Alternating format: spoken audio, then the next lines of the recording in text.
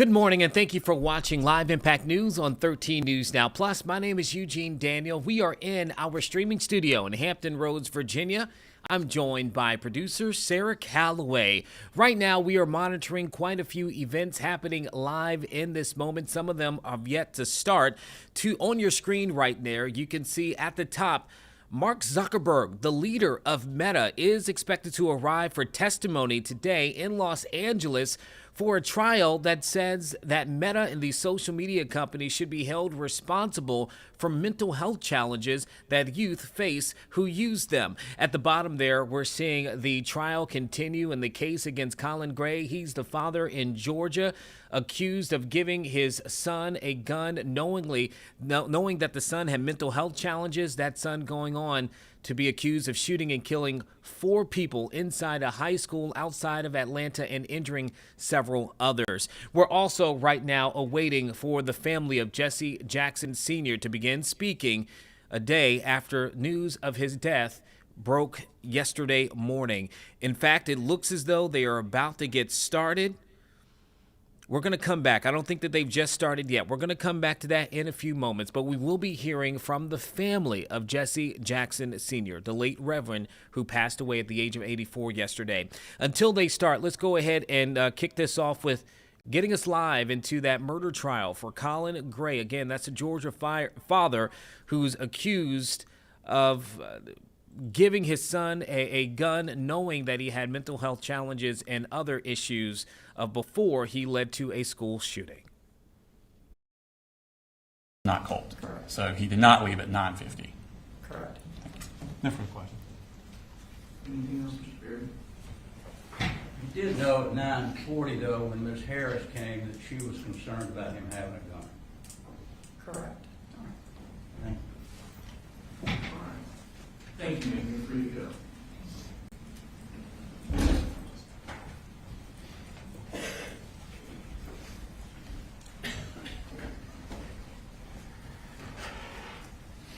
Let's take calls next week.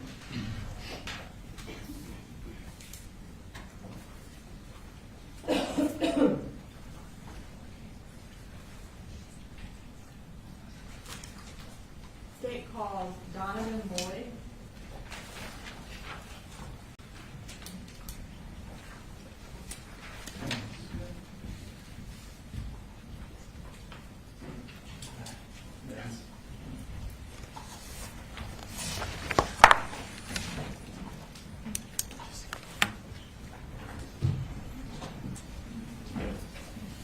Please raise your right hand. Do you swear to tell the truth, the whole truth, and nothing but the truth to help you God? Yes, ma'am. Can you go ahead and have a seat, and then tell us your name and go ahead and spell it for the court reporter. I'm Donovan Chase Boyd, D-O-N-O-V-A-N, Boyd, B-O-Y-D. Okay. And what do you do? I'm one of the sergeants for the school resource officers. So I supervise over half the county, depending on which semester we're in. And are you with the Bexar County Sheriff's Office? Yes, ma'am. Okay. So as a sergeant, you said you supervise half the county. Tell me what you mean by half the county. So we have the county split up into north and south as far as the number of schools that we have. So there are 2 sergeants. One of us is on the north side, one of us is on the south side. And then each semester we flip. So we have equal exposure and working with everybody and being able to help everyone. So.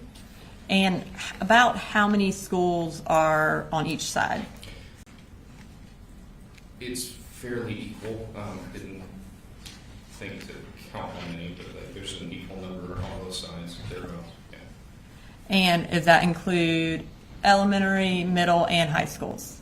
Yes, ma'am. So you'll have an equal number, more or less, on both sides, but the alternative school is actually located on the south side. Okay. And then as far as your role in overseeing that, kind of tell me what your day-to-day is like. So it can vary as in any law enforcement capacity. Typically what I'm doing is I'm going and checking and making sure my guys have what they need. If they're dealing issue at a school, I try and be there to help them kind of work through things, checking on how they're to them personally and, just making sure that they have what they need to do the job that they're doing. Addressing any concerns or issues that may be going on, and then doing any kind of like spot training or planning for training in the summer. And tell me what the typical job of a school resource officer is who is assigned to a school. So our primary function is to see to the safety and security of the school. We also work very hard to establish relationships within the school, mentoring, working with students and staff, helping them with issues, not just in a law enforcement capacity, but doing community-oriented policing. Generally, how many school resource officers are assigned to each school? So each high school has 2, and we are currently in the process of getting one in every middle and every elementary school. Prior to that, and even right now, we have a few middle and elementaries that share one SRO, and they go back and forth, and we actually have a set of elementary schools where the SRO goes back and forth. But at present, both high schools have 2 SROs assigned to them. And generally, are you assigned to a particular school? Not typically. We as the supervisors will fill in when an SRO is out sick or in training and that kind of thing, so there's not a gap. Or we'll go and check in at the school. But we're typically not assigned to a school per se. Back in September of 2024, were you in your same role as sergeant over the school resource officers? Yes, ma'am. So in 2024, at that time, I was a sergeant, and I was actually helping fill in at the Barrow Arts and Science Academy, which is one of our high schools. Okay. Is that also known as BASA? Yes, ma'am. Okay. And in addition to filling in as a school resource officer at BASA, did you still go around to other schools? Yes, ma'am.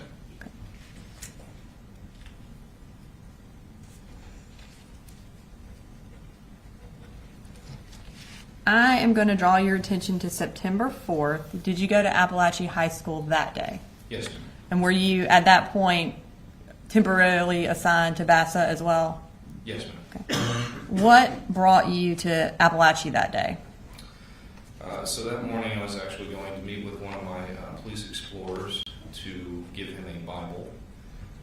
He participated in a Bible study that we do on Thursday nights, and he didn't have one at that time, so I was bringing him one. I actually went to the ROTC bay and dropped it off there, and I was also going to, while I was there, check in on the 2 SROs assigned there. And what is the Police Explorers? So the Police Explorers is through the Boy Scouts of America, or Scouting as it's known today. And it is a program for students and juveniles between the ages of 14 and 21 who have an interest in law enforcement. They can learn from us, and we do it once a week in a like training type capacity. And so you indicated that you went to the ROTC office to drop that off. Can we pull up the full map? And I'll just have you, if you could look and tell us where on there the ROTC is. Goodness. There should be a pointer up there after you kind of orient yourself. Yeah, sorry. It's weird to see it in this format versus walking through. Use this. Yes, sir. Just for the record, is this 3.2? This is 3.1 for the record. Right. Sorry. Oh my gosh. So the ROTC bay is going to be right here. Okay. If I'm looking at this correctly. And do you remember approximately what time you got to the school that morning? If I had to guess, it was somewhere between like 9:45, 9:50-ish, maybe. And you indicated you wanted to check in on your 2 SROs who were assigned to that school. Who was assigned to the school at that time? Deputy King and Deputy McAvoy.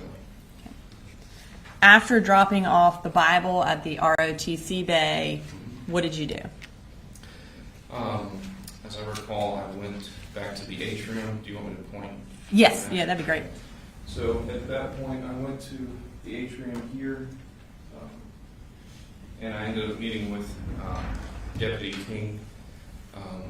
He was briefing me a little bit about a potential issue at the school, and we were also discussing, as I said, we do Bible study on Thursday nights, so we were actually standing there talking about what that topic was going to be. So you and Deputy King were in the atrium. Did you know where the other school resource officer was at that time? No. Okay. And when you say you ended up meeting Deputy King there, did y'all just kind of happen to run into each other?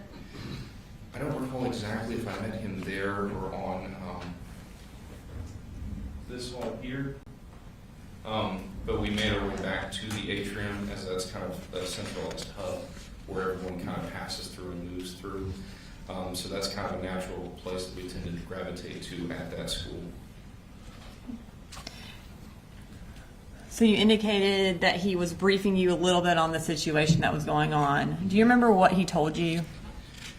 As I recall, they were trying to locate a student that had expressed that they were.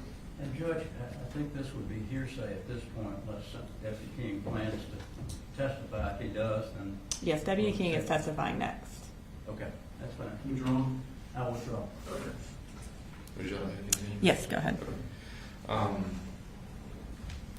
So he was speaking with me about how there was a kid that they were trying to locate that he had interviewed in the classroom. Again, you're listening live into the murder trial against Colin Gray. He's the father of a teenager who allegedly shot and killed 4 people and injured others in a high school outside of Atlanta. This happened just in 2024. We will take a quick break here as we are awaiting for the family of Jesse Jackson to start speaking here momentarily. We'll have more on both of these situations on the other side of this break.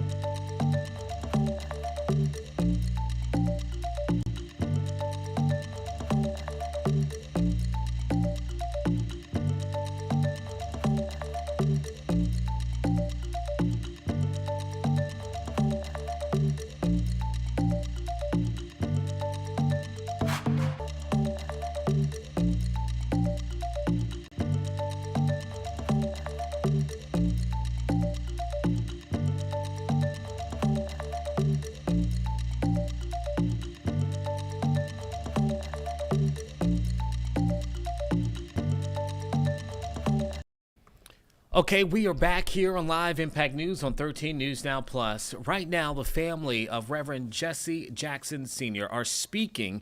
They are in Illinois right now, this coming a day after he passed at the age of 84. Let's listen to what they have to say as they remember their loved one. Has been acute, and so have the care assignments.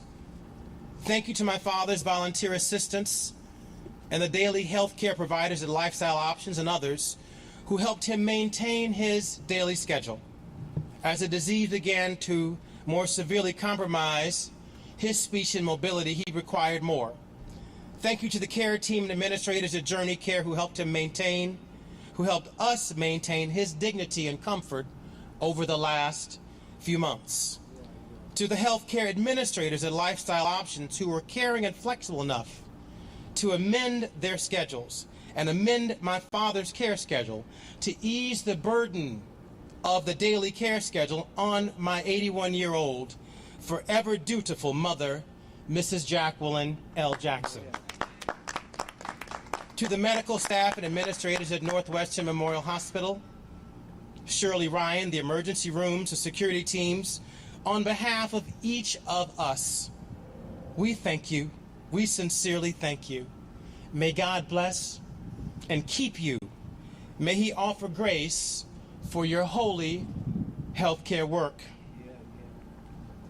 Our father is a man who dedicated his life to public service, to gain, protect, and defend civil rights and human rights, to make our nation better, to make the world more just, our people better neighbors with each other. Born in Greenville, South Carolina in 1941 in the throes of Jim Crow, he quickly became maladjusted to injustice. He challenged those entrenched Southern systems of poverty and racial inequality, landing in jail at 17 years old, protesting for the right to use a public library. He won that battle. He kept winning these fights against injustice and inequality all of his life.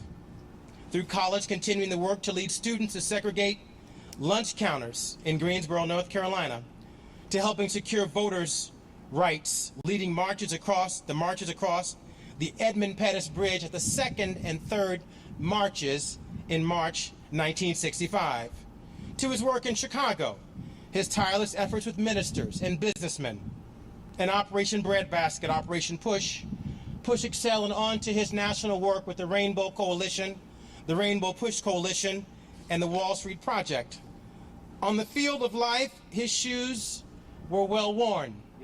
His uniform, dirty with the stripes of imperfection, as he did his best to live up to his Christian calling. Reverend Jackson would say, "It is my religion that makes me political, not my politics that makes me religious." And we, his family, and the many others touched by him, inspired by him, are left obligated to continue his work to make our nation a better place for all through the techniques and tools and policy goals and platforms that he championed and left us to use. And so now his soul is freed to be with our mighty ancestors. His remains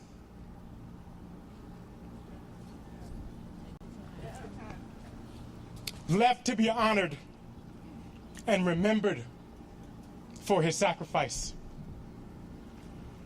I offer you the words of my siblings, starting with Santita Jackson, followed by Jesse Jackson, followed by Jonathan Jackson, and then Jesse Jackson Jr. Thank you very kindly.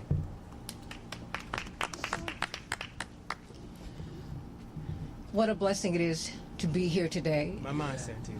As Reverend Jackson, who we called leadership, we called Reverend, but he wouldn't listen to me when I called him Reverend. He demanded that I call him Daddy. My mind. Because he said, I am that. Black men take a real knock for not being involved fathers, although the CDC showed us that black men are the most involved fathers in America. More involved than white fathers, Hispanic fathers, and our father took fatherhood very seriously. He took that charge. It was his charge to keep. And so today we celebrate his life, although his body is absent from us. His spirit suffuses and infuses us, and it charges us to continue with the work.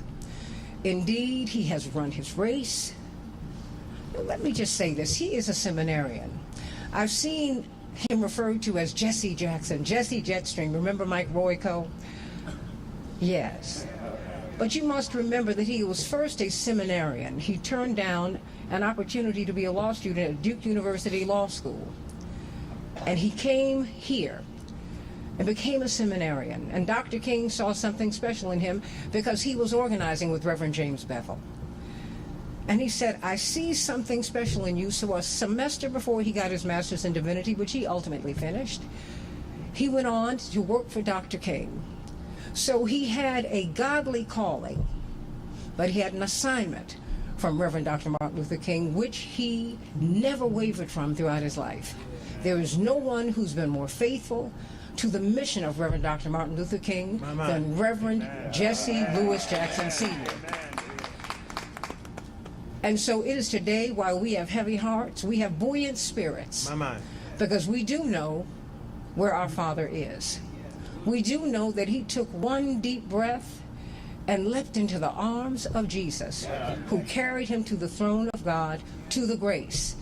There is no more, yes, sir, boss. There is no more shaming. There is no more blaming.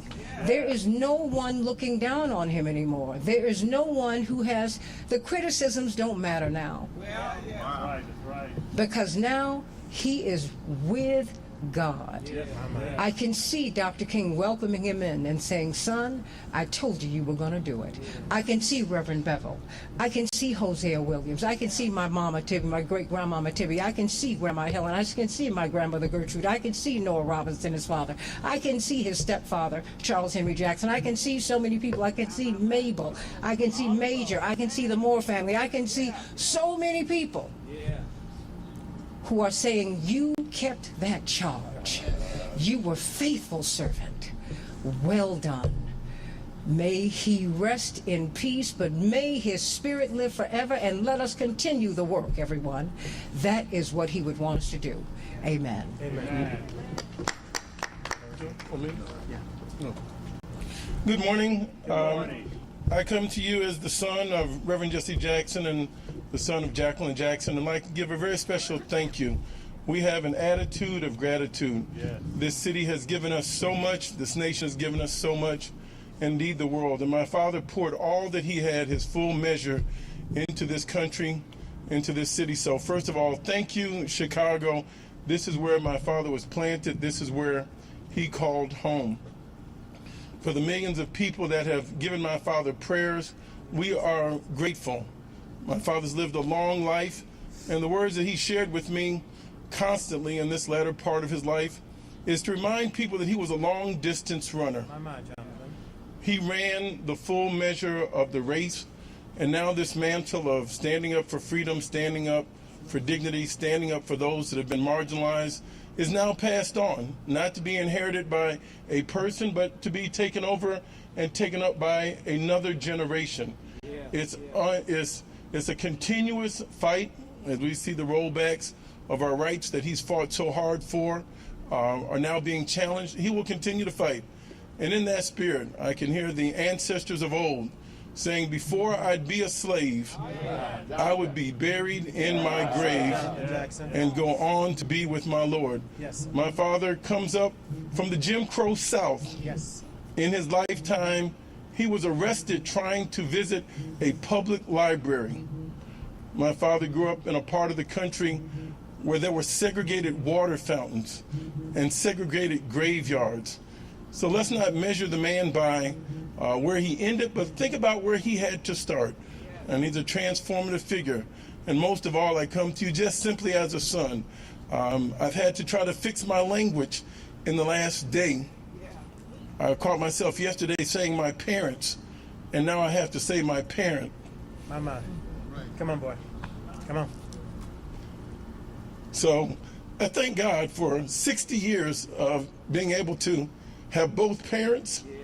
Thank God that he is now resting in the arms of a very beneficent and loving God. And I thank God for all of you that have prayed for my father and giving him a gracious and a long life. And I thank him for being a champion runner for justice.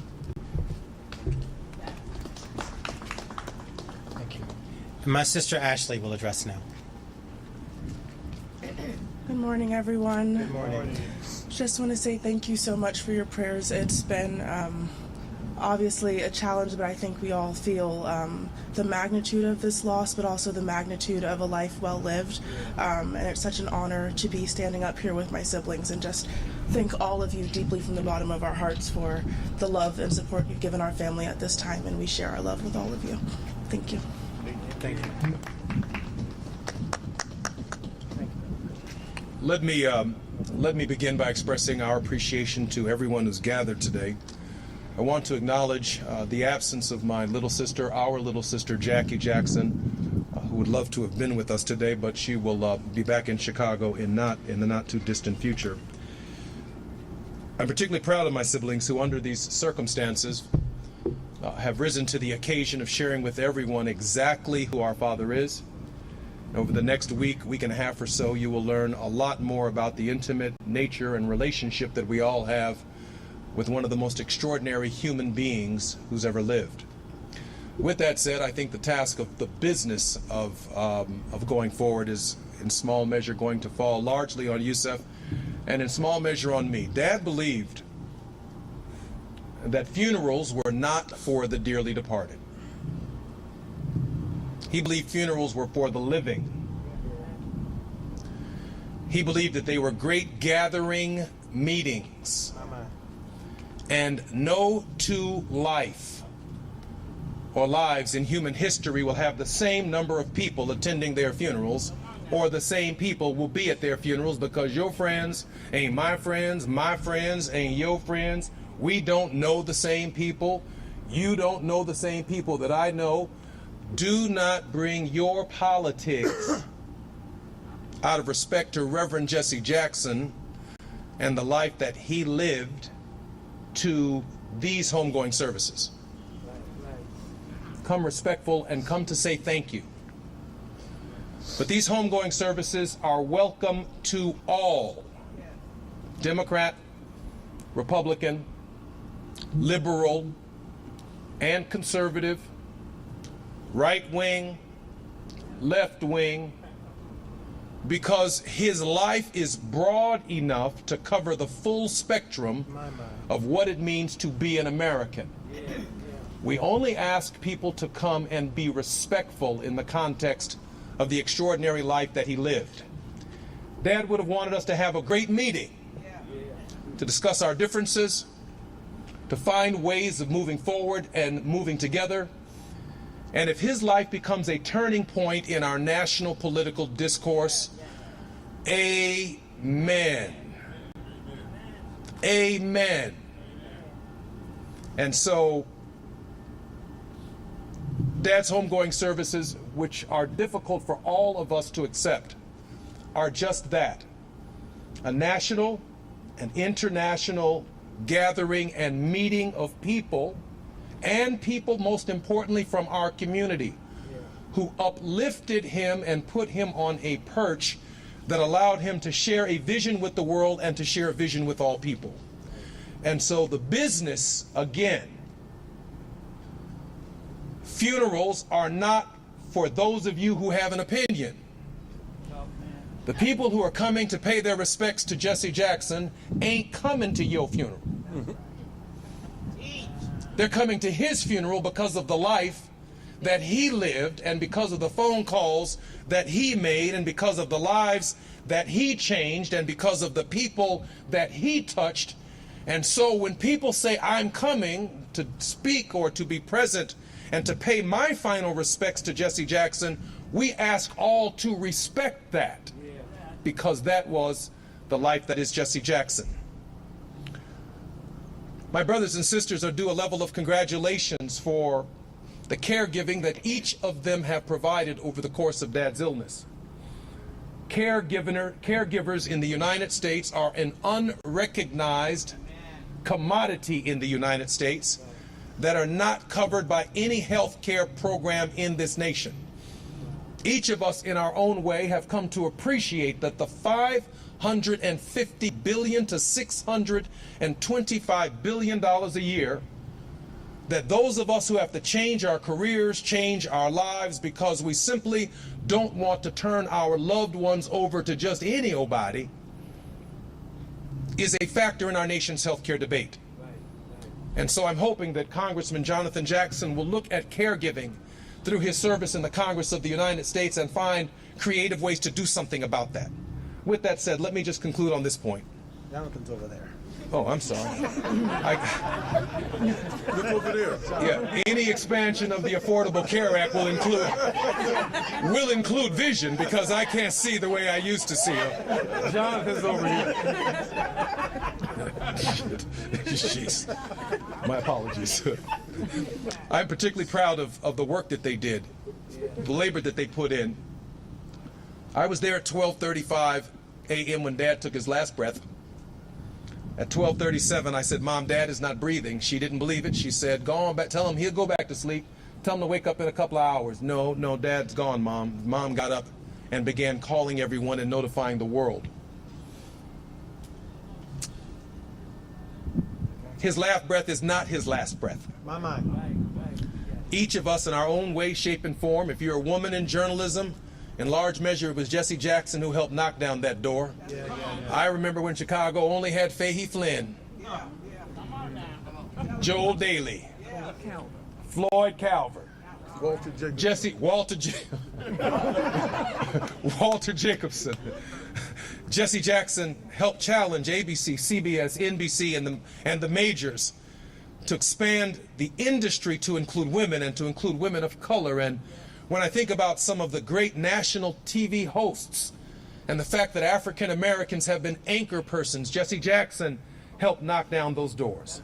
When I think about black McDonald's owners and Burger King owners and black car dealerships and those who become Pepsi franchise owners and Coca-Cola owners, when I think about the expansion of the Voting Rights Act from 1965 to the present and the 62 African Americans who presently serve in the Congress of the United States and the half-dozen United States senators, some of whom just got there. It was Jesse Jackson who went to Reagan. It was Jesse Jackson who went to subsequent presidents and asked for the extension of the Voting Rights Act of 1965. And so we expect a grand meeting of people who are beneficiaries of the life and the work of Jesse Jackson. We expect it from the far right, and they are welcome if they come respectfully. And we expect it from the far left. Honor Mrs. Jesse Jackson. This is her request. Thank you very much. Thank you.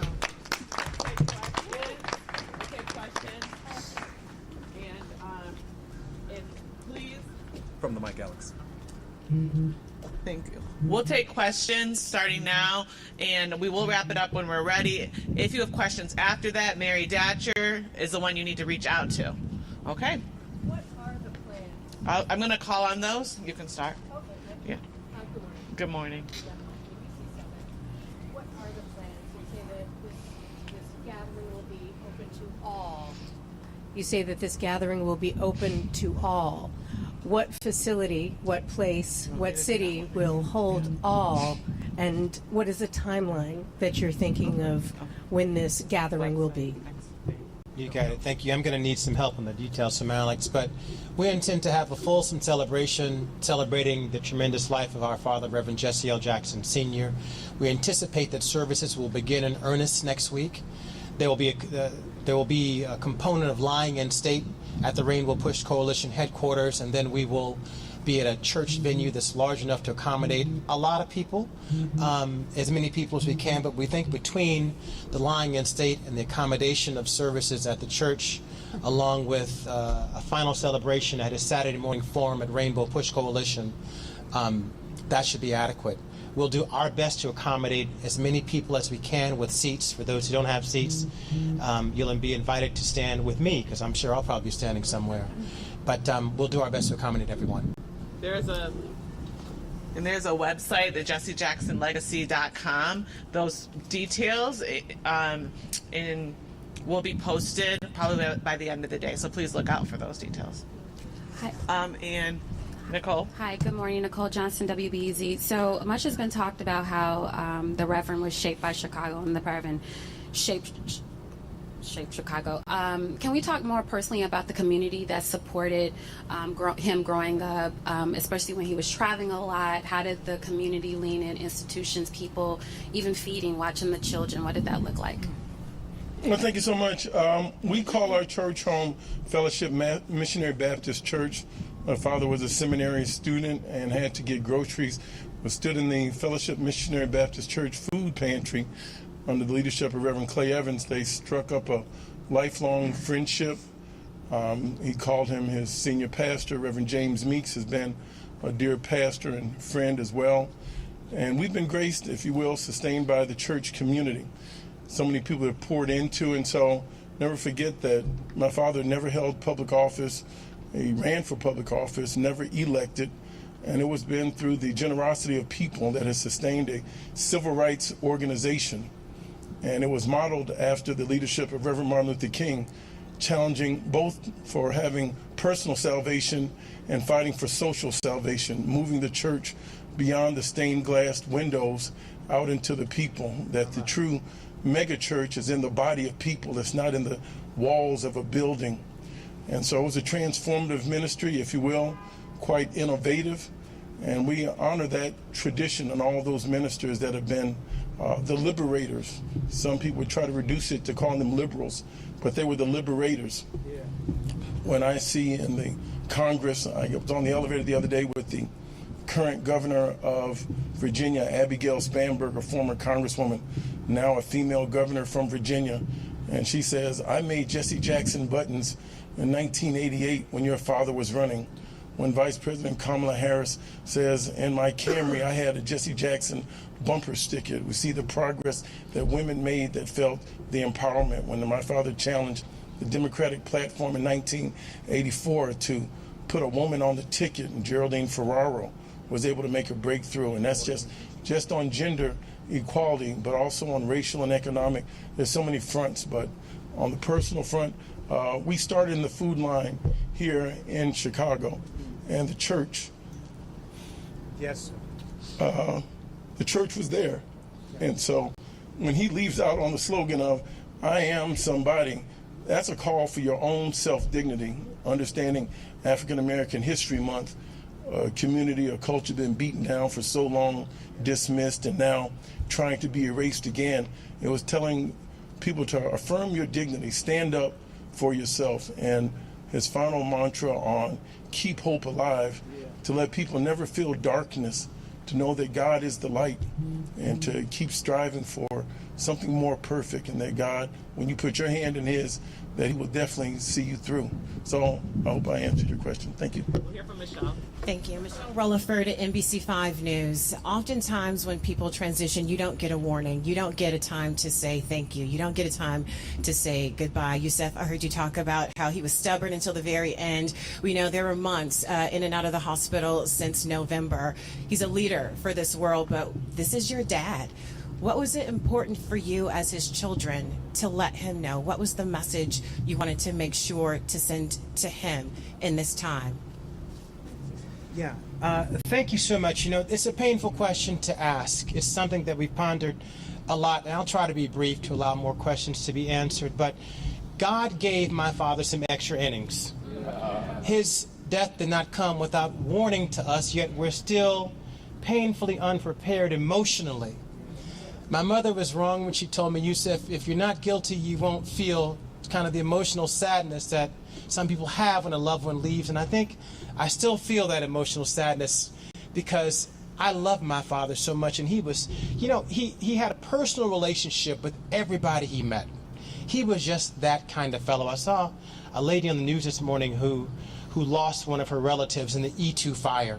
And she talked about how that night after the fire, he drove around with her looking for her sister from hospital to hospital, and he wouldn't leave until they found her sister. He was just that kind of guy. And so I think what we tried to do in the moments that we had with my father, one was to continue to extract the wisdom from him to make sure that we were prepared to continue the work going forward.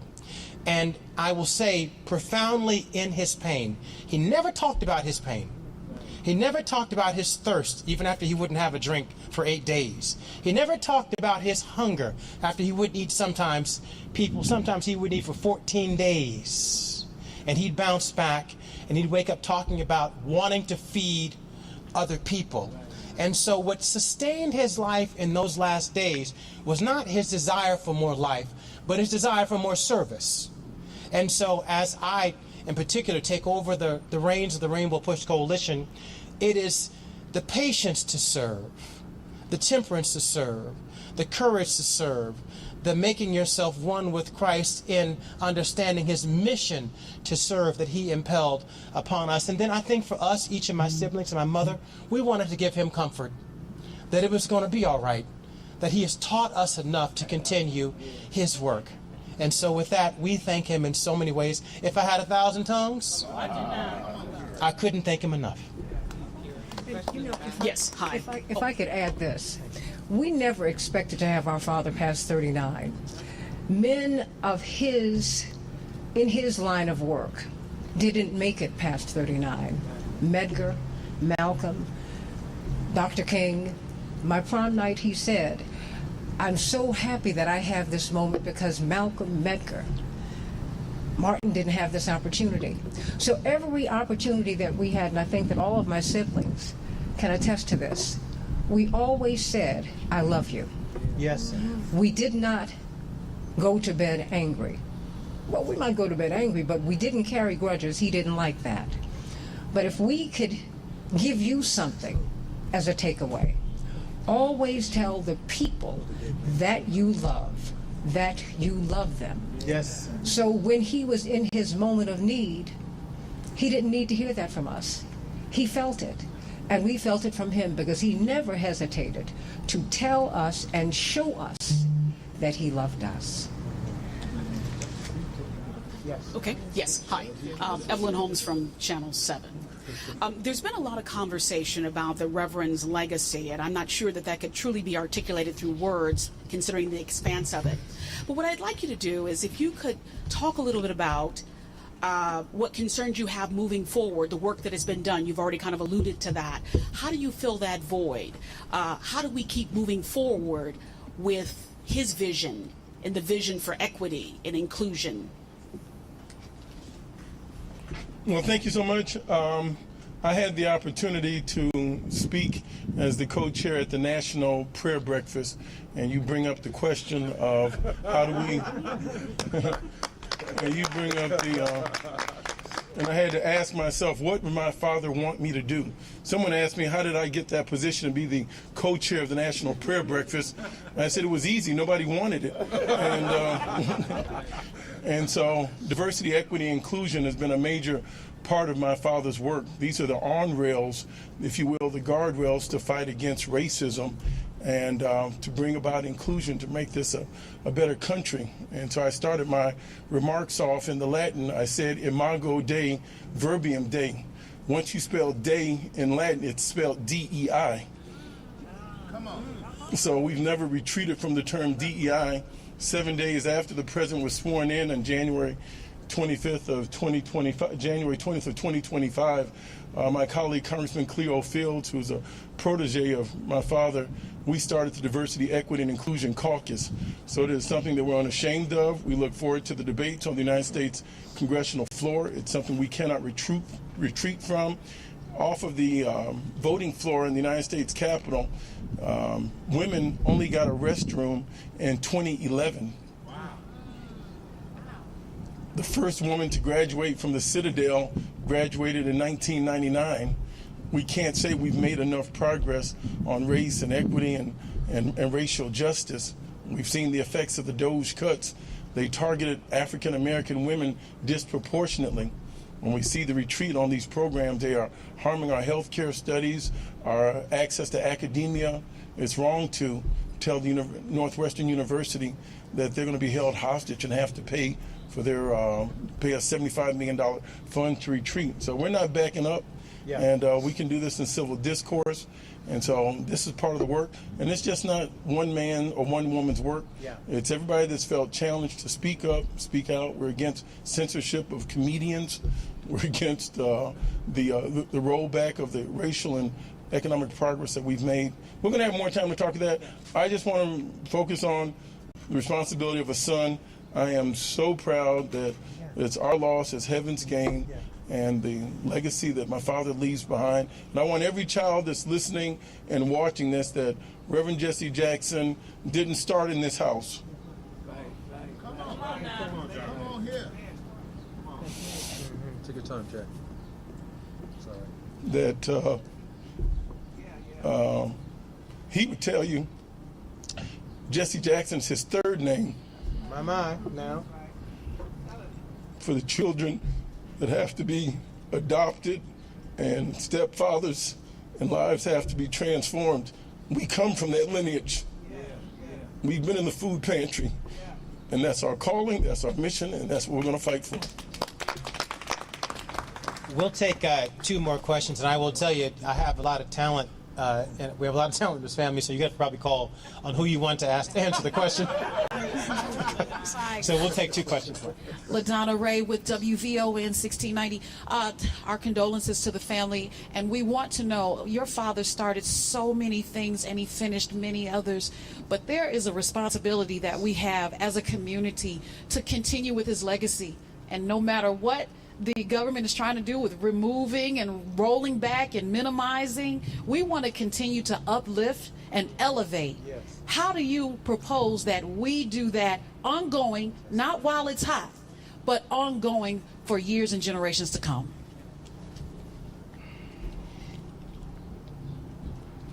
Mrs. Jackson will be making some requests of the governor and the mayor of the city of Chicago on the appropriate ways to remember the legacy of Jesse Jackson and the work that he's done for our city and for our state. I'll let Mrs. Jackson make those requests at the appropriate time. My question is just about the youth that are... This is the wrong microphone.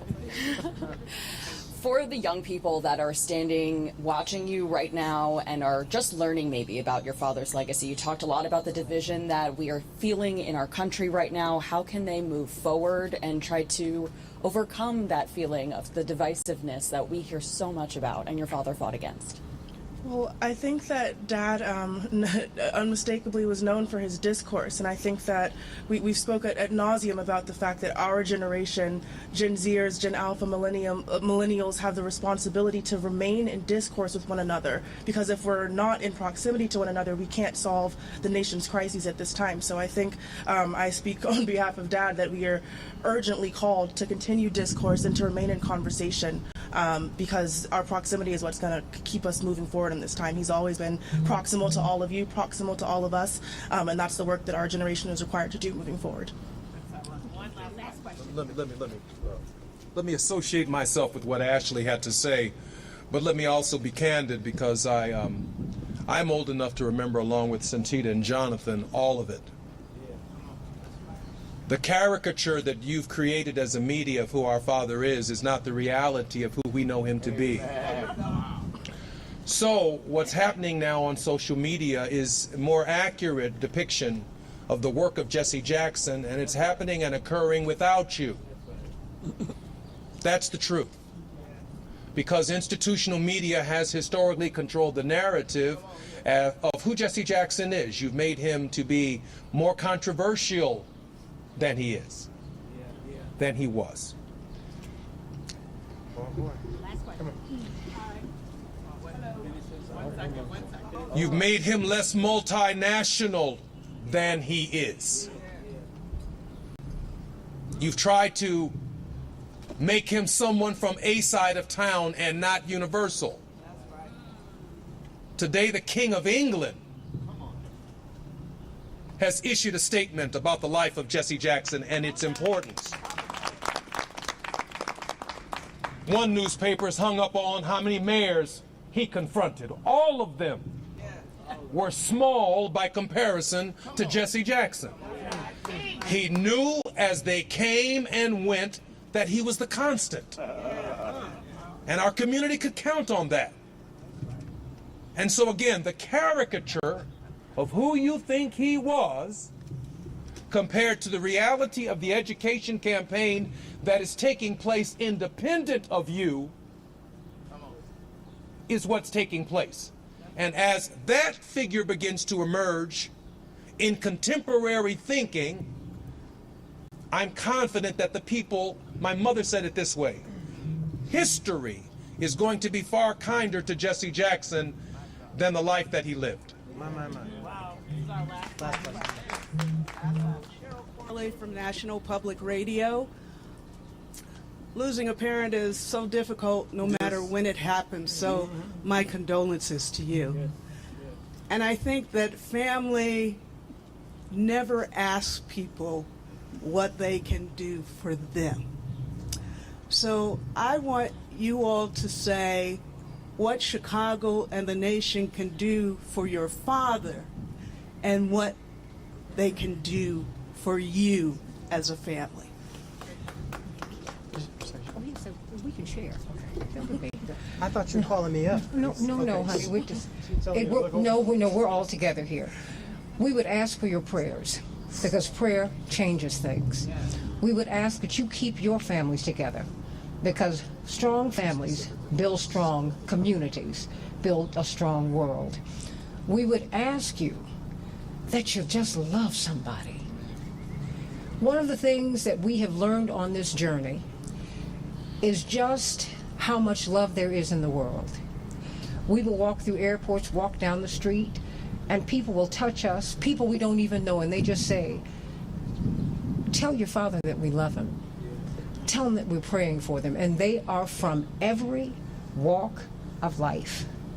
Yes, you saw President Trump give a nice tweet about Reverend Jackson yesterday because Reverend had the genius of turning foes into friends.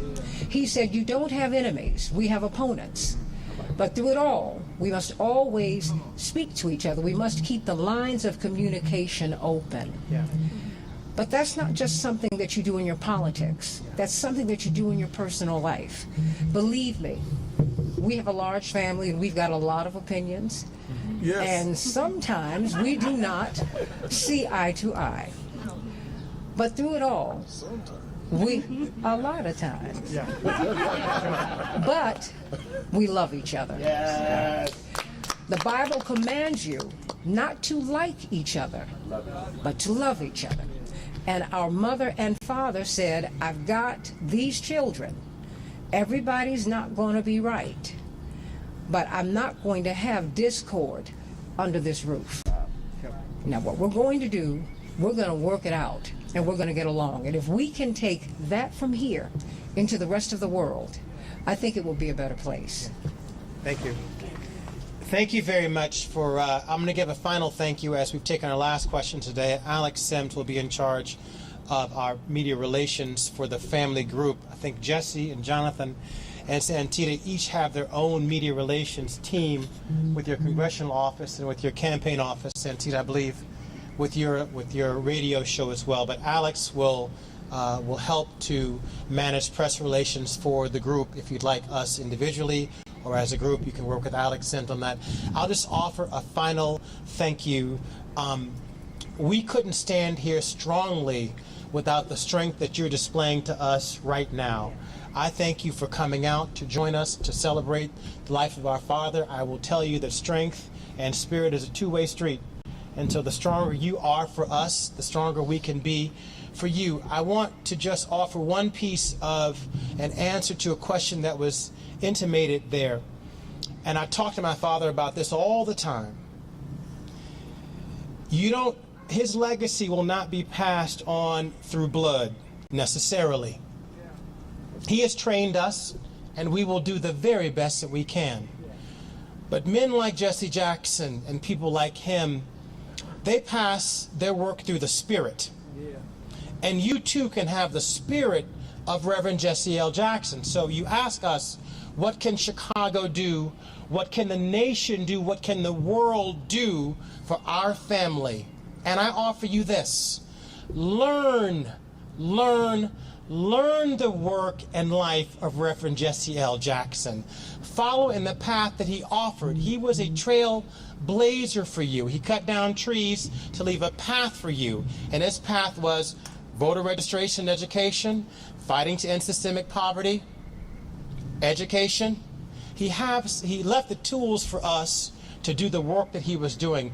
Learn him, follow in his footsteps, and together we can make the world a better place. Thank you very kindly.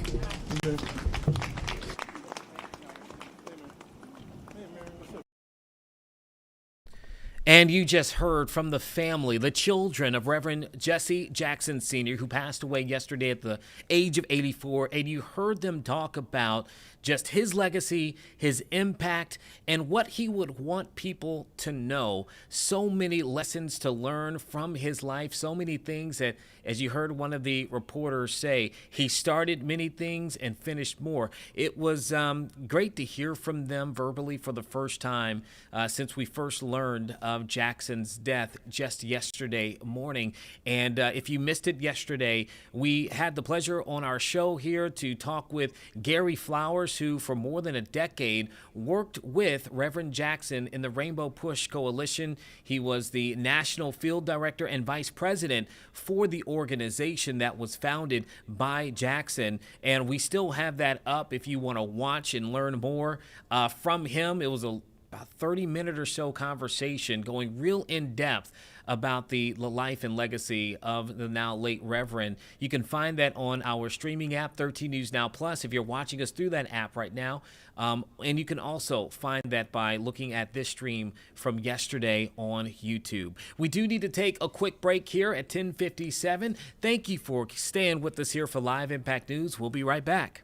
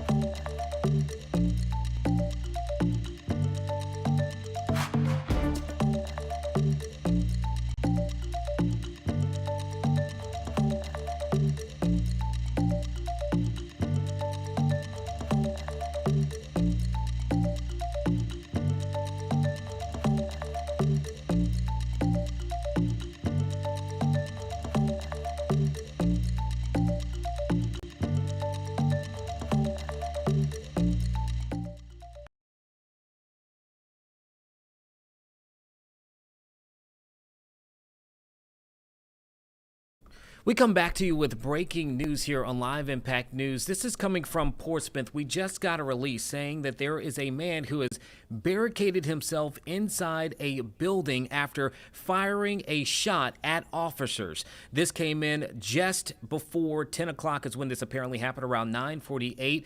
Police there in Portsmouth say that they were helping to issue, I believe, what I'm looking at here right now, a search warrant at a local building. And when they got there, they said there was a man who fired a gun at law enforcement officers. That person has now since barricaded themselves inside a building. It's unclear from the release that we just received which building they are referring to, but we are told that law enforcement have established a perimeter around that area, and there are specialized units on site to manage the situation. Here's what police are asking for people in the area to do. They want you to avoid the 800 block of Crawford Street. If you're unfamiliar with that area, there is City Hall, which is on one side of the street in the city buildings, and on the other side is an apartment complex. It's that general area in which they are asking for people to avoid at this time, and the surrounding area while they allow officers to work safely with this situation. This is obviously an active and ongoing situation at the moment. Again, we just got this information within the last 5 minutes. This took place before 10 a.m., just after 9:45 this morning. Some other new details that are a part of this at the moment. Portsmouth police are describing this as a high priority call. It was a federal warrant that was being issued. Officers from Homeland Security and the Virginia State Police were a part of this in an effort to serve this search warrant at a building nearby. Again, that is when that person, a man, we're told by police, fired at law enforcement officers, and now there is a barricade situation. We're working to get more info on this at the moment and to get a crew there, I imagine, there as soon as we can so that we can get some kind of depiction of what's going on there in Portsmouth. As soon as that happens, of course, we'll come back with that information and we will let you know. We'll keep checking in on this. But if you're watching right now, there is a barricade situation happening near City Hall in Portsmouth, there in the Crawford Street area. They want you to stay out of that area as police are trying to work that scene. We're going to have much more on that as soon as that information becomes available. Stick with us for that. Okay, for right now, let's talk about this forecast that we have at the moment. We have meteorologist Hunter Force who's with us. One thing that the officers are not going to have to battle at this moment when they're looking at this evacuation situation is the weather. Everything seemingly condition-wise looks really nice today. Yeah, you know, it's a pretty calm day. It's just a little bit breezy. It's cloudy outside right now, but overall, it's going to be a beautiful day. If you like warmer temperatures, we're going to be in the mid-60s by this afternoon, but you can see the clouds here on our Thompson Creek Window Company sky view. Temperatures right now much warmer than this time yesterday by about 20 to even 25 degrees warmer compared to 24 hours ago in Elizabeth City. You guys are sitting at 63 degrees. It's 59 in Chesapeake, 63 in Suffolk. It's 60 in Newport News, 61 in Hampton, 62 degrees in Virginia Beach, and 62 in Norfolk. Love to see these temperatures on this graphic. It's been a while since we've been in the 60s. There's an area of high pressure off to our east, and that's helping to bring up some of that warmer air. Winds coming in more from the south and west, which is a warm wind for us compared to, if you have a north wind, it drags in some of that cooler air, and you can see all that cloud cover around the Hampton Roads area up through New York down into Raleigh as well. So it's going to continue to stay cloudy as we go through the day today, but mid to upper 60s, gusts around 30 miles per hour, so again, a little bit breezy. And then there is the potential for some showers as we head into this evening. Temperature staying comfortable into the lower 60s. And then around 9, 10, 11 o'clock, we'll see some showers rolling on through in the sunset at 5:47 this evening. Here's a look at the futurecast. Cloud cover sticking around, comfortable temperatures in the mid to upper 60s. And then by this evening, you'll notice those lighter showers rolling through. Temperatures still hovering right around 60. And these showers will linger overnight into Thursday morning. It'll be another warm start to the day in the mid to upper 50s. But temperatures will start to drop heading into the afternoon. So by 2 o'clock, we'll be back into the upper 40s. Rain starts to lighten up a bit, and then we stay mostly dry Thursday evening, but we could see a few scattered showers. Temperatures hovering in the mid to upper 40s, and then it gets really warm heading into Friday morning. This is 8 o'clock to start off the day, already in the lower 60s. Could we reach 70 degrees on Friday? I think there's a shot. By the afternoon, we're in the mid to upper 60s. Some of us could be reaching 70 by the afternoon. So warm temperatures certainly returning by the end of the week, but rain chances sticking around as well through tomorrow into Friday and through the weekend as well. Not washouts every single day, but you may need your umbrella here or there as we go throughout the next couple of days. And then by next week, we see those rain chances coming down a bit. But for today, again, we're in the mid to upper 60s, 66 in Norfolk, 66 in Virginia Beach, 69 in Franklin. Eastern Shore, a little bit cooler, in the mid to upper 50s, 58 in Melfa today, 55 in Cape Charles, 65 in Hampton, 66 degrees in Newport News, 70 possibly in Edenton, and 71 in Hertford, 68 this afternoon in Elizabeth City, and 65 in Kill Devil Hills. Overnight tonight, it'll be mild. We'll see those showers. Mid to low 50s, upper 40s around Norfolk, 49, 50 in Virginia Beach. It'll be 42 in Cape Charles tonight, 49 in Hampton, 51 in Williamsburg, 55 in Windsor, upper 40s closer to the Outer Banks, 49 in Manio, 55 in Hertford tonight, and 53 degrees over in Elizabeth City. Here's another look at the day tomorrow. It'll be cooler, mid-50s. We'll see some scattered showers, but winds will be lighter out of the east, around 5 to 10 miles per hour. And then we see another warm-up heading into Friday, mid to even upper 60s with a few showers. And then the rain chances stick around through the weekend. And then we get much cooler heading into next week, back into the mid to lower 40s. Well, let me ask you this to stop you, Hunter, real quick. As you just talked about, it's going to get much cooler in the next several days. One question that I've had, if we reach the point where we expect for the temperatures to be a little bit warmer like we have today, more consistently, or is the kind of dip a sign in which we're not out the woods yet for this cooler weather? I would say we're not out of the woods yet, but I don't think these cold snaps are going to be lasting as long as they have been, like in the beginning of winter when it was just freezing each and every day. We'll still see these cold snaps going through the end of February and into March, but it's not going to be persistent as what it was in the beginning of the summer. We'll see a couple of cool days and then a bigger warm-up lasting longer than the cool down, hopefully. But Fingers crossed. But I do believe that we're finally getting to the point where at least average or warmer temperatures are going to be sticking around longer than the cooler ones. So we just got to get through it. Yeah, it's about that time. You know, meteorologist Craig Muller today, he posted on social media really, if you haven't seen it already, you can find it on our 13 News Now Instagram page. That's there, where he's talking about the temperatures and how we're getting close to that time where it's beach weather, and Craig and his Craig self is doing push-ups and a lot of different exercises that I don't think he's done in a long time. But he talked about this is that time where you get everything kind of together before the summer comes into play. It's true. It's true. I mean, Friday, if it reaches 70, I mean, there's nothing like. There's no better feeling than a nice warm day in the winter after a long cold snap.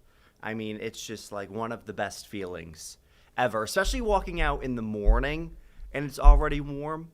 That's one of my favorite things of life. I don't have to wait for my windshield to defrost. Exactly. And you don't have to like power walk to your car because it's so cold.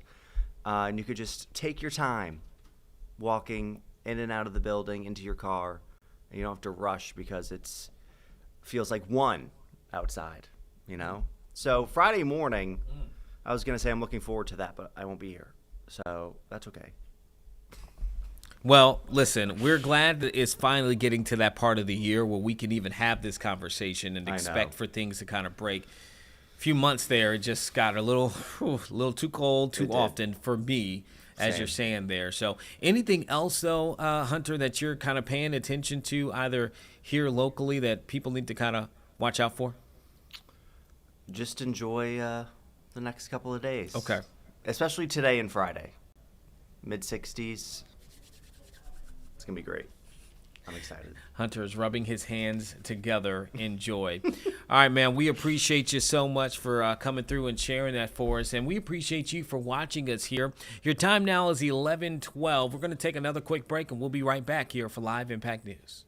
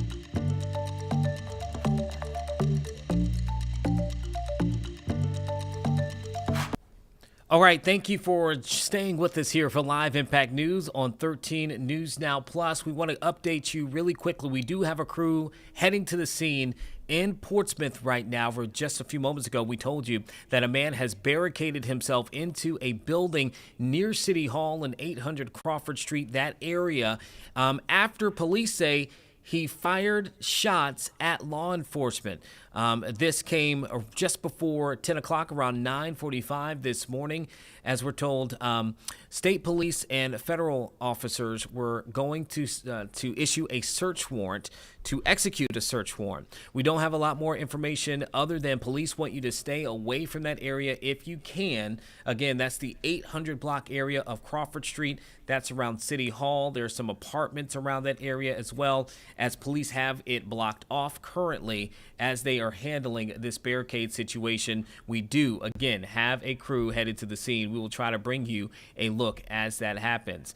Okay, right now we're going to go to Georgia in a few bit. I just want to give you some quick updates. At the top there is Los Angeles, where we're awaiting to get some kind of news out of Mark Zuckerberg, the leader of Meta, who is supposed to be undergoing a trial today where there have been accusations that social media companies should be held accountable for the mental health of young people who use these social media apps. There at the bottom, though, is the trial against Colin Gray. He is the father who is being accused of 29 counts after his son allegedly shot and killed 4 people at a high school outside of Atlanta and injured several others.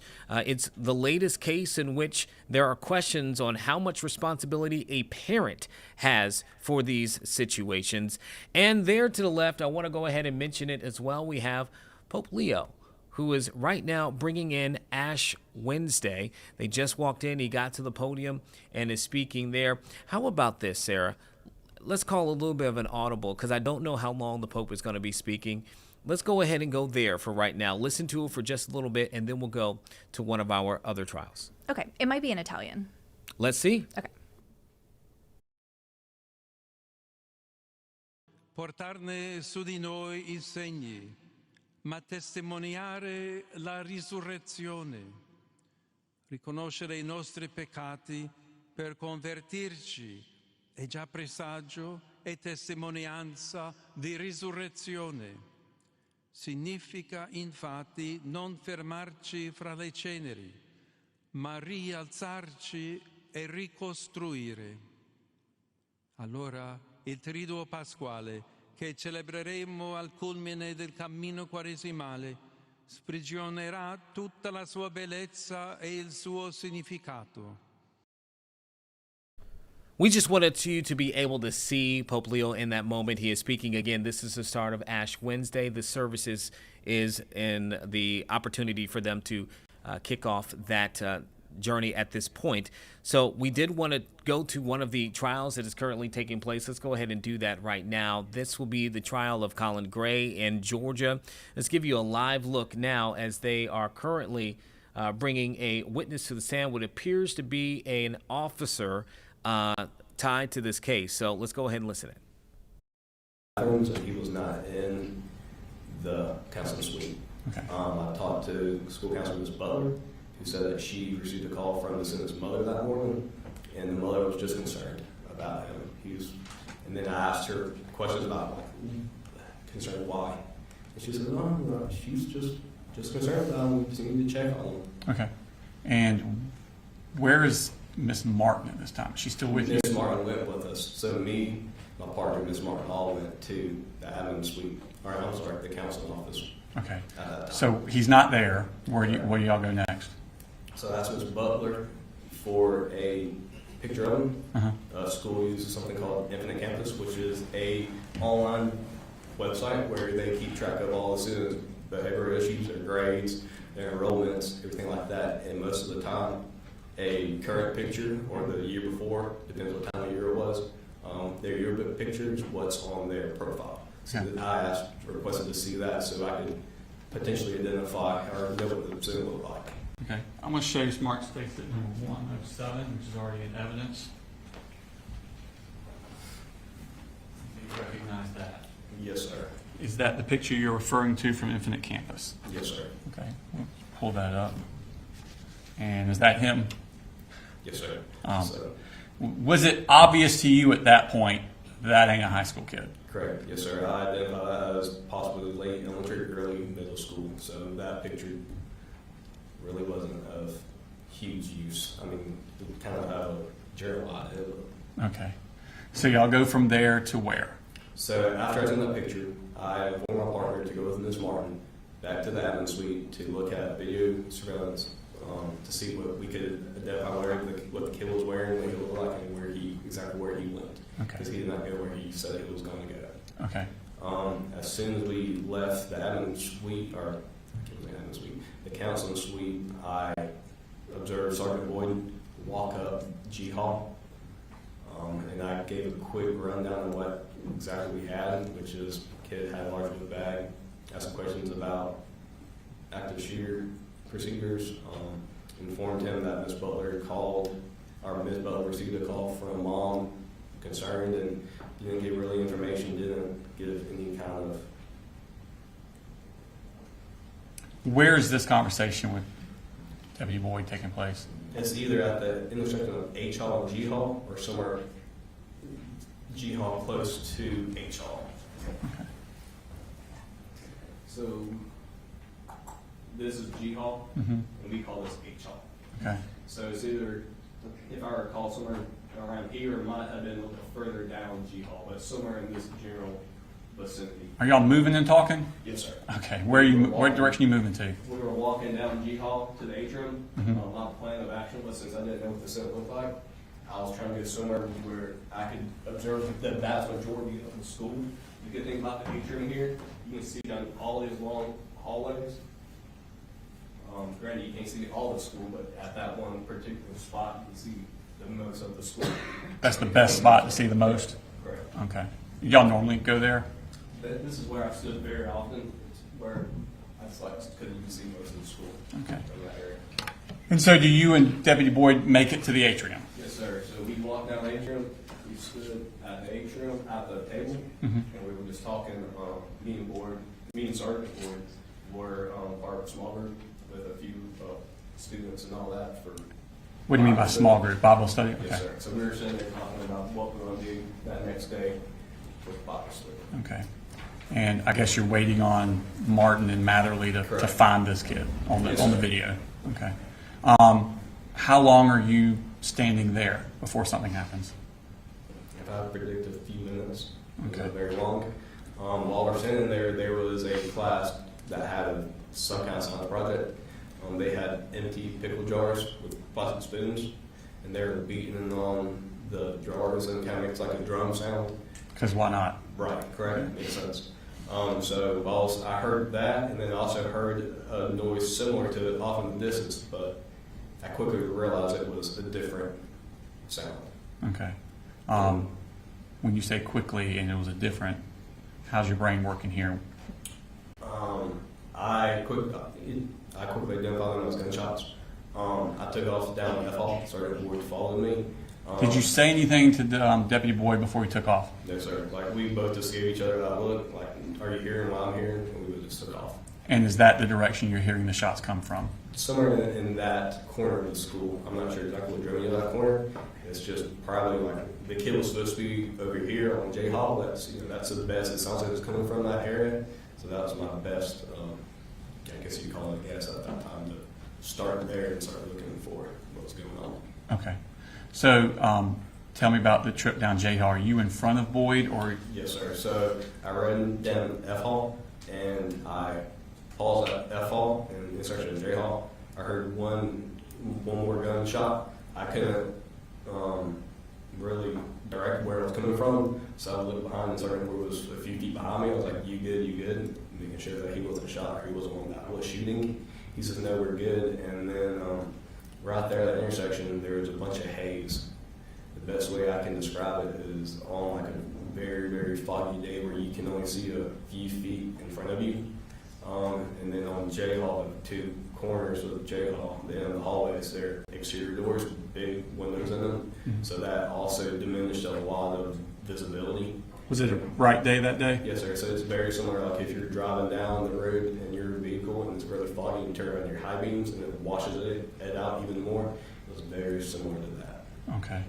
So do you have an idea, you're at this T intersection with J Hall, do you have an idea of whether you want to go left or right? So I'll look left and right, which is what I'm trying to do. And to the right, I see a human-shaped object laying on the ground and a human-shaped object above, or right next to that.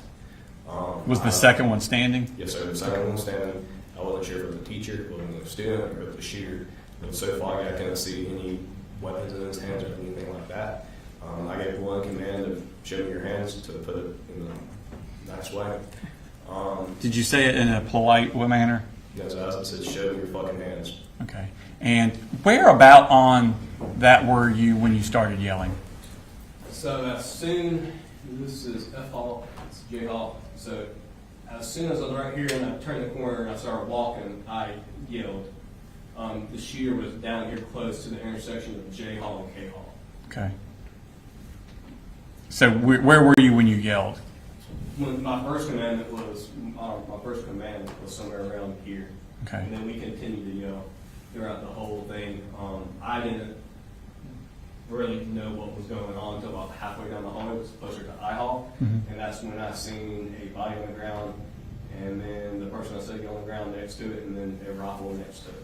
Okay. And did you have your duty weapon drawn? Yes, sir. At what point in this trip did you draw your weapon? As soon as I was running down that hall. Okay. This person, this figure that you saw, and you're yelling commands at him, did you see whether or not he abided by those commands? He abided as soon as yelled the first command. The first time? Yes, sir. What did he do? I could observe the head area of the human-shaped object turn and look at us, and then he immediately he or she immediately got on the ground and didn't move after that. Okay. What did y'all do at that point? So me and Sergeant Ward were stacked up out in front of the highway until about the halfway point when we could observe a lot better and see what we had. And we split off on the right side of the hallway, Sergeant Ward was on the left side. We were running down the hallway still yelling commands to not move and to not reach towards the rifle. Okay. What was he? Again, this is the trial of Colin Gray there in Georgia. We are going to come back to it on the other side of this break. We do need to take a quick one. We'll be back in about 2 minutes.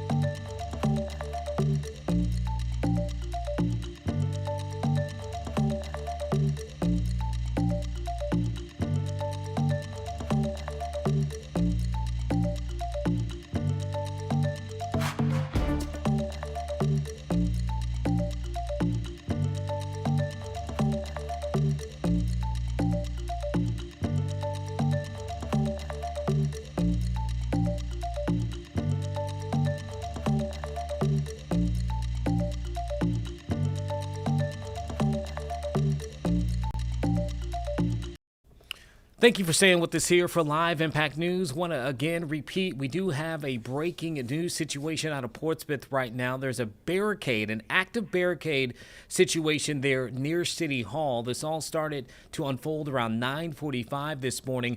Portsmouth police say that a man fired at officers who were attempting to serve a search warrant in a building nearby there. That suspect then has since barricaded himself inside a building there in the area of 800 Crawford Street. The officers who were serving that warrant, we're told, work for Homeland Security and Virginia State Police. We're still working on our end to figure out the nature of some of the alleged crimes as a part of this particular warrant. We do know they're asking people to stay away from that general area as this still is an active situation there in City Hall and in the area nearby there in Portsmouth. We do have a crew heading down. We hope to get some information from them soon. But right now, let's take you live to Los Angeles. We just saw this pop up. That is Mark Zuckerberg. As you know, the leader of Meta. He is expected in court today for a trial in which the question is, are social media companies, is Meta, responsible for teenagers and youth who have mental health struggles because they become addicted to social media? And have these companies done enough to help the users who are young of their platforms? It is certainly a case that is going to be one that is closely watched to see what unfolds about this. Mark Zuckerberg is not new to being grilled or questioned. He's gone before congressional leaders multiple times now, particularly with this topic and what they have done to make sure and to help young people not become addicted to their services. But this is certainly a case in which it will kind of push to see if they should be held responsible. So we just saw the moment in which he went inside of an LA courtroom. We will wait for the news that comes out of that hearing today. Again, you just saw Mark Zuckerberg walk inside of that hearing. We want to now pivot back to here in Hampton Roads. A lot of things just happening in the moment. Just wrapping up. If you are someone who travels using the Norfolk International Airport, this might be something that makes you really excited. They announced a new wing today, all for international flights. We did have that stream, and we were able to record it, so we want you to be able to listen to the big announcement. This is coming out of Norfolk International Airport, ORF, just a few moments ago. Just put it in a little context as we move forward, and this is the first of many facilities to come. And this one is really, really important to us and important to the entire region. This facility allows us to open up our gates and our doors to international visitors come directly to here and be processed in a very smooth and efficient manner. We've always had a facility here, but it was old. It was antiquated. It's probably 25, 30 years old. Did not function very well. It's gotten us through the first few breeze flights to Cancun, but that was about it. This facility will be coming online here in the next week or so, and it could not be more efficient. It'll probably be the most efficient Customs and Border Protection international arrivals facility in the nation. You literally will walk off your plane there, make a right, come through here, process through it with an officer, grab your bag, and leave. How much simpler could that be? You never change levels, you walk right through. But this, as I said, this is one of many projects. Very soon after this, we'll be opening 3 new gates on Concourse A, along with some new restrooms. And the first of our new, one of our new concessions, the High Tide Bar and Grill will open there. Following that, we will have a whole host of new concession opportunities open up. On the end of Concourse B, we'll have the Bruce Smith 200 Sack Club Sports Bar. Will be opening up a little bit later this spring. And then a lot of local favorites are coming to the airport finally after many years. We'll have local favorites like the Stock Pot, Warriors Tap House, Cova Brewing. Bring in we're the first brick and mortar for one of our favorite food trucks in the area, Ghost Kitchen will be here, as well as Pale Horse Coffee, Town Center Cold Press, and many, many more. So we're very, very excited about that. As you probably came in today, you saw a lot of activity going on at our front door as you cross the bridge into the airport. That's really laying the foundation for a lot of work to come. That's where our new intersection with Norview and Robin Hood. We're realigning Robin Hood Road. You're no longer going to have to go around the end of the runway and all of these wonky turns to get into the airport. It'll be a straight intersection with Norview, fully signalized and lighted, and that's going to improve the coming and going to the airport very much. Also in that big field where the trees came down, will be the new consolidated rental car facility. And that's where we're going to be seeing that come out of the ground here very soon, with where we'll move all of our rental cars there, improve the capacity and the efficiency of that operation, get all these rental car guys from driving up and down Azalea Garden Road out to refuel and wash the cars. It'll all be done there on our campus. And then we open up two garage levels in Garage A, which we much need for our flying passengers. As I said, a whole bunch of projects. I could keep going on and on. The consolidated checkpoint that's going to be built out in the lobby of the main terminal, that's going to open up all kinds of opportunities. And then later this year, early next year, we'll be starting the new departures terminal. And as you can get a sense of it if you have the video loop of the future of the airport playing on either screen. So if you haven't watched that, I encourage you to do that as we go. So for today's program, let's focus on what we're here for, which is the opening of our new Federal Inspection Services, or International Arrivals Facility, as we like to call it. We have a number of guests with us today. I'll introduce our speakers. First will be Pete Decker III, our chair of the Norfolk Airport Authority. Matt Suarez, he's Director of Field Operations from U.S. Customs and Border Protection. Congresswoman Jen Kiggins, representing the 2nd District. And Congressman Bobby Scott, representing the 3rd District. We had some great federal participation in building of this facility, and we wanted to make sure that they were here for this. Also like to make a couple other recognitions before we get started. We have several of our Board of Commissioners here. Our Vice Chair, Susan Pilato, Mel Price, retired Admiral Chip Rock, there he is in the back, and then Joel English is also here from our Board of Commissioners. From the city of Norfolk, we have J.P. Page, councilman, where we reside within his district, in his ward, as well as the Commissioner of Revenue, Blythe Scott, is here with the city. We are pleased to have Councilwoman Michelle Farabee from Hampton. City of Hampton is here. We are the region's airport. We love the regional representation that we get. Diane Kaufman with Senator Kane's office. As I said, we had a lot of federal participation. We're glad to have her here as well. And then Deputy Director Alton Jordan from the Virginia Department of Aviation is with us, representing the state. We have Ms. Julie Heller, who is the Executive Director of Navy Region Mid-Atlantic here with us, representing the Navy, a big partner with us. And then a lot of news here of the last couple of days about the Hampton Roads Transatlantic Task Force that was formed. So we have Nancy Gurdon from the Executive Roundtable and Amy Parkhurst from the Hampton Roads Alliance. They have formed this task force that's going to help us get that transatlantic flight finally. We also have a few others from across the way. Lindsay Carney-Smith is the chair of the Peninsula Airport Commission up in Newport News, as well as Chris Morello, their executive director. And this is a club amongst CEOs, so I have to give a shout out. Brian McKay, the president and CEO of the Des Moines International Airport, came in just to see this facility and to participate with us today. And then finally, we couldn't have done this without our contractors and our consultants. We have representatives, Ron Lauster here from WM Jordan, who built this marvelous facility, and we have folks from our architects and engineers as well, and we're glad to have all of them and recognize them here as well. So with that, I'm going to turn the program over to Pete, let him say a few words, followed by Matt Suarez, and then we'll let the congressman come up and talk. There you go, Pete. Thank you, Mark. Wow. Thank you all for being here today. Don't you love the new car smell of this place? It's amazing. WM Jordan, you always do a great job. Thank you, guys. You came through as you always do. And many thanks to our chief. I call him the chief, Mark Perryman. The energy and the attention to detail that he's brought to this airport is amazing. We're in the middle of an ongoing $1 billion renovation. This is the first and the crown jewel of our Norfolk Airport. And it's not just Norfolk's airport, it's the region's airport. And that's why this facility is so important.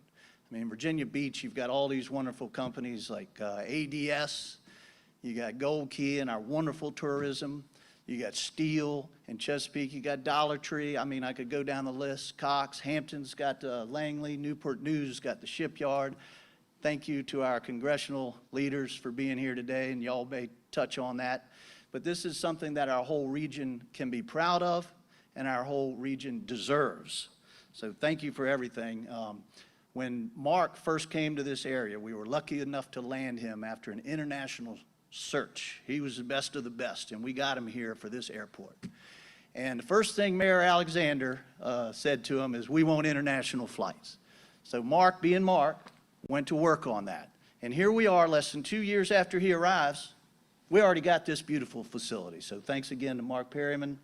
Thank you to J.P. Page from City Council. The mayor couldn't be here, but we appreciate the council's support. And Chris Jones, thank you for these notes that you gave me. Yeah.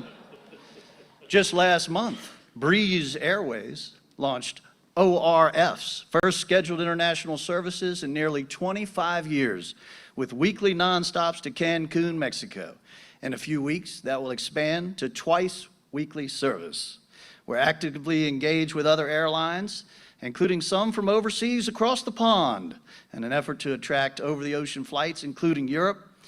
I can't say today when we'll see more flights, but we're actively working on it, and I can say with certainty that those conversations would not have been possible if we hadn't got this facility built. On behalf of all the commissioners of the Norfolk Airport Authority, we welcome you to ORF and hope to see you passing through this hall as arriving passengers in the very near future.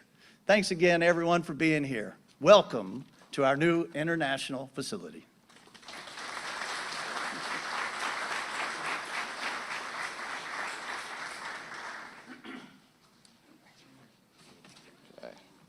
Yes. Good morning, everyone. As as I said, I'm Matt Suarez. I'm the acting director of field operations for CBP's Baltimore field office, which oversees the Mid-Atlantic region. So I'm here. So thank you, CEO Perryman, for inviting me here today to speak. So, and you know, we're very excited about this. I want to thank our port director, Ms. Carrie Brady, and her team for driving this forward. There's a lot of work that goes in on our side to building a federal inspection station, which is what we would call this. And I think everybody here knows that the federal government is efficient and non-bureaucratic. So that was a real smooth process, right? Yeah. No red tape or anything like that. So it was smooth as butter, right? So they, you know, they're working through it and working to build it. And you know, I look around at this facility and I got to recall back to my days when I started as in the former INS before we became part of Homeland Security as an inspector. And if you worked at an airport, this was unimaginable, right? And we used to go entire days, 12 hours, 14 hours some days, even longer, not even seeing the sunlight. So to come into a facility like this, it's just inviting and welcoming and breathable, really shows how much effort and attention to detail went into building this. So I got to say I'm impressed. One of the things that, you know, I like to prioritize is the quality of life, quality of work life for our personnel. And this is tremendous to be able to come in here and do this. It has a positive effect on everything that we do, and it sustains us in enforcing our mission. It makes for a better passenger experience, all the things that we want to support. So, I mean, this is impressive, you know, and CBP is glad to be here and partner with Norfolk International Airport, Norfolk Airport Authority to enable international travel in that. You know, we have a lot of things in our mission, everything from immigration to trade enforcement, counterterrorism, counterintelligence, agriculture, and beyond. And this is a perfect environment to do it. So, you know, we're looking forward to see what you guys are doing. I got to also, you know, give you the compliment. We have a lot of conversations amongst leadership, even, you know, when you're at a port and down the road, people sit there and we talk and we're like, who was involved in building this? This is completely like, I don't know, counterintuitive, inefficient. They didn't build for growth. But I look around here and I see that our successors, you know, 10 years down the line will be set up for success to you know, support that passenger traffic, the economic side of things, and affect our mission. Looking at our command center, plenty of area to grow. So I'm really excited to see what comes from this airport and you know, the future of our partnership here in the broader Hampton Roads. So you know, thank you for your partnership and working with us. And you know, anything you guys need from us, just let us know. We're only a phone call away. Thank you.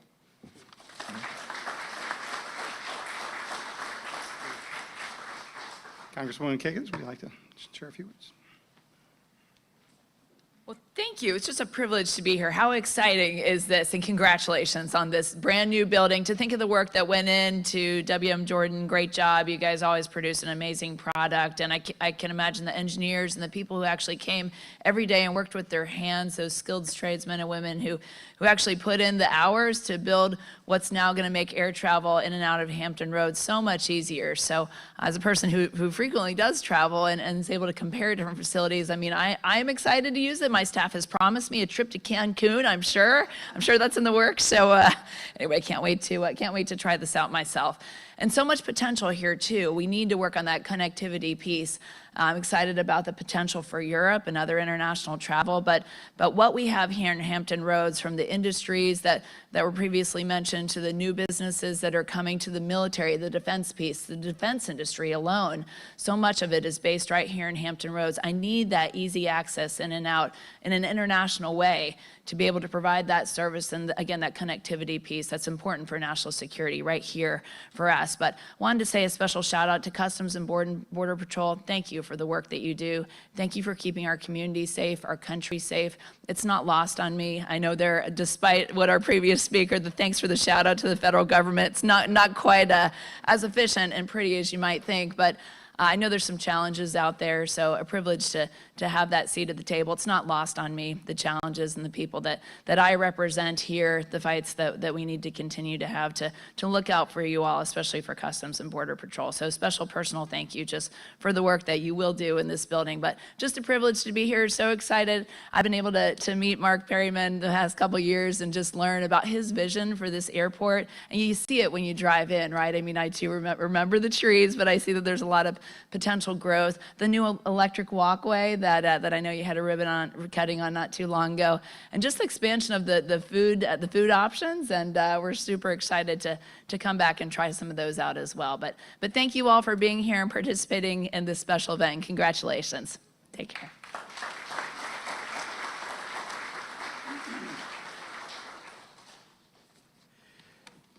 Mr. Perriman, Mr. Decker, Representative Keegans, and other elected officials, including Carlos Clanton from City Council. Ladies and gentlemen, it's certainly a pleasure to be here this morning to celebrate the new chapter in the Norfolk International Airport. It's good to see when you do a lot of legislation, it's always nice to see it come to fruition. A lot of times we vote on stuff and never know what happens, but we're seeing what happens today. For decades, politicians have talked about investing in infrastructure. In 2021, we actually did something about it. We actually got something done. The infrastructure law was a massive win for Hampton Roads because it included roads, bridges, tunnels, rail, ports, airports, cleaning up lead in our pipes, and expanding broadband. And Hampton Roads is getting some of all of that. So the infrastructure law was, again, a massive win for Hampton Roads, and the Norfolk Airport has received millions of dollars in funding in order to make days like this possible. Today, we celebrate the conclusion of the construction of the International Arrivals Facility. Norfolk Airport has already secured new nonstop international flights to Mexico. Jen, I would caution you about going to Cancun during the winter. Politicians have been caught doing that. But during the summer, it's great.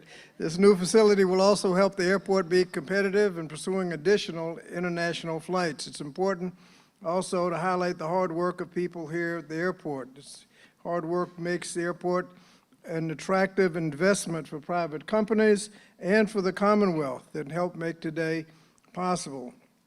The workers have done a great job. Regrettably, many of them are caught up in the closure of the Department of Homeland Security, but I just want to tell you that the Democratic leader has said that we're going to do everything within our power to make sure the shutdown ends before you miss a paycheck. So we appreciate your sacrifice, particularly during the last shutdown, and we don't want you to go through the same thing again. You've sacrificed entirely too much already and do such a good job. We want you to be rewarded, not punished. So thank you for that service. Give our government employees another round of applause. Today's celebration is a testament to the success of what we can accomplish when we work together at the federal, state, and local level. So I want to congratulate everyone on that success, and I'm looking forward to this new era in the life of the Norfolk International Airport. Thank you. So big news there for flyers of ORF for the opportunity that they're going to be able to see with this international wing being built out. Okay, your time right now is 11:59. We're going to take a quick break. We'll be right back.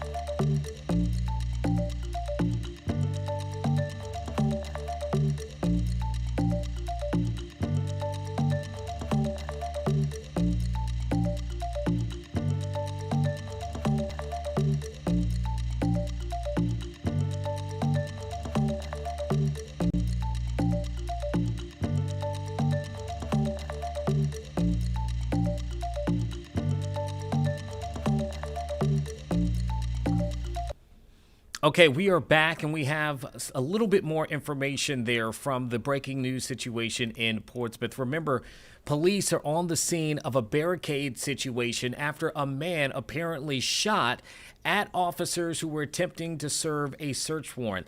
This happened around 9:45 this morning in that area around 800 Crawford Street. That's where City Hall is located. I'm told right now that our team that we have there is getting ready to hear from the chief of police and others there in a press conference that has not started just yet, may not start in time for this stream, but we do have a team who is there on the scene working to get more information. That barricade situation with that man, again, after he allegedly shot at officers who work for Homeland Security and Virginia State Police. They were issuing some form of search warrant. We don't have it clarified at this moment exactly what the nature of that search warrant was, the exact location of it as well, but we are being told that this is involving potentially an apartment complex that is right near across the street from the City Hall building. Another question that we're going to want to get answers to is whether or not City Hall in itself has been locked down or partially locked down. We're waiting for that information as well. I can tell you right now that police have a perimeter around that location of 800 Crawford Street. They're asking for people to stay away from it. Right now, this, again, your time, 11:55. Columbia, Crawford, and County Streets in that area have also been closed. So if you're driving or you're in that area in general, they are asking for you to stay away from those areas. You're not going to be able to get through those areas because police, multiple agencies, have that area blocked off. So there's a lot of questions that we have in the moment, but from what we understand, this barricade situation remains active. We also were just told, I was on the phone with one of our reporters on the scene, that police asked them and others who were inside of a nearby apartment complex to move to another location. There are questions that we have about that. Is that a safety decision, whatever it may be? But they are actively there trying to guide people away from the circumstances that are unfolding there in Portsmouth.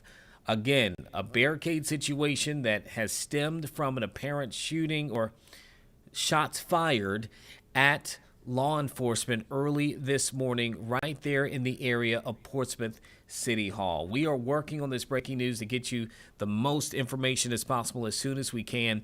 If you're not familiar with that area of City Hall and 800 Crawford, really that's the City Hall building for Portsmouth and the adjacent city buildings. Off to the side there on the same side of the road, you have the old Portsmouth City Jail in the waterfront there. And then across from that, you have an apartment complex. It's right there. And it's an open space. There's an open field there where there's another apartment complex that's going to be built out. But for the most part, those are the main things there in that 800 block of Crawford Street, not far from the amphitheater as well. That is a little bit further next to where the City Hall offices are. So that is the area that we're talking about here that is currently blocked off, closed off to the public, in which they want people to stay away from. We are expecting to get the latest on this report, hopefully within 13 News Now at noon. Our reporter, Madison Schlegel, is there on the scene, so stick with us there on this stream or on air, our linear channel there, 13 News Now, to get the latest on that situation. Okay, that is all the time we have here for Live Impact News. Thank you for joining us, whether you watched us on YouTube or on the streaming app, 13 News Now Plus. We do ask, though, if you haven't already, download the app. You can get it for free on Roku, Amazon Fire, and on Apple TV. On behalf of myself, Eugene Daniel, and producer Sarah Calloway, up next, 13 News Now at noon, and another Live Impact News stream from 1 until 3.